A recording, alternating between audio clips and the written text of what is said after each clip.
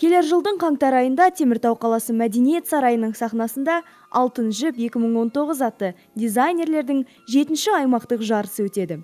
Бұл сайыс киім тігу, киім дизайны туралы білетін ең керемет сәнді қиялға бөлінетін адамдарға арналған үлкен мүмкіндік.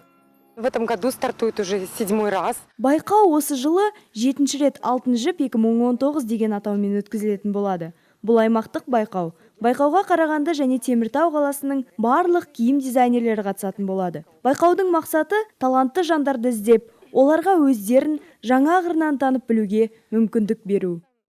Көптеген жылдар бойы әлем балалар мен жастар орталығында жұмыс істейтін Силуэт сән театры байқауды дәстүрлі түрде өткізіп келеді. Байқаудың бір ерекшелігі кез келген ерікті ұсыныс білдіріп сайысқа қатыса алады. Ең бастысы киім тігу, киім үлгісін жасау немесе тоқу қабілеті болуы қажет. Үздік номинация үшін күресуге ниет білдіргендер портфолио ұсынуы керек. Ол қатысушының өтім формасын, әр үлгідегі эскиздерді және фотосуреттерді қамтиды. Бастысы байқауға қатысу үшін ұсыныс білдірушіде кем дегенде 5 киім үлгісі бар жинақ коллекциясы болуы қажет.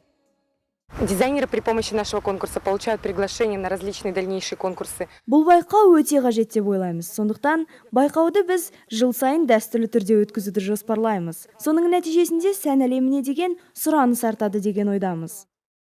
Алтын жіп 2019 сәнқой дизайнерлік дәстүрлі аймақтық байқауының ұйымдастырушылары осы байқау арқылы қала тұрғындарының ішінде талантты шебер иелерінің көп екенін көрсетуді мақсат етіп отыр.